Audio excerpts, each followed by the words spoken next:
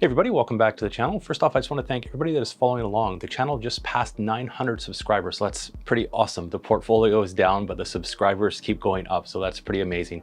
If it's your first time here and you're watching, just go down below. Like I always like to say, subscribing is free. It'd be great to have you join along. We've got a really awesome community on the channel. There's some great comments in all the videos. I really appreciate everybody that's following along.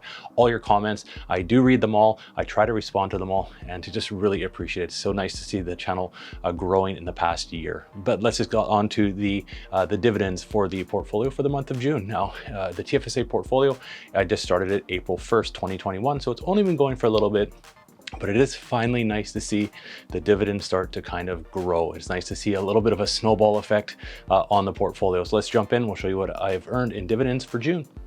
All right, here we are. We've drilled down into the settings. It's in the settings section of your Wealthsimple app. If you're using that to view your dividends, you can select the account and also dividends. So we can go see here what we've received.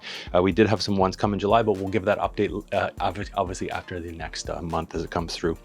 So we received the dividend from BEP.UN, $4.86.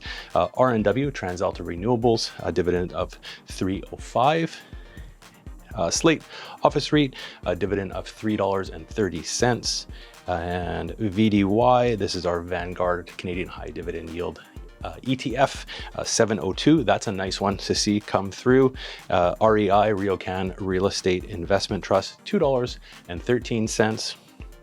And BTC.Y, this is our Bitcoin Yield ETF, I guess you would call it, $3.83, $3.83, the dividend on that one. And that was the last one for the month of June. What I'll do is I will give another update at the end of this month, obviously being July, of how our dividends is going. And what I do with these dividends is basically, if you've been watching and following the channel, they're just going right back into reinvesting. I typically have been focusing right now a little bit on the VDY and VFV, a couple of the ETFs. You can check out my other videos on those. And starting to dollar cost average, obviously the market is down. So we are just a dollar cost averaging the best we can, continuing with small deposits along the way. All right, thanks for watching, everybody. It was nice to see. We got $24.19 last month in dividends. So the portfolio is slowly building a little bit. We're getting close to $30 coming in every month, which is nice. We'll see some of those quarterly dividends come in for the next quarter. Those always help as well. But again, thanks for watching, everybody. We'll catch you in the next video.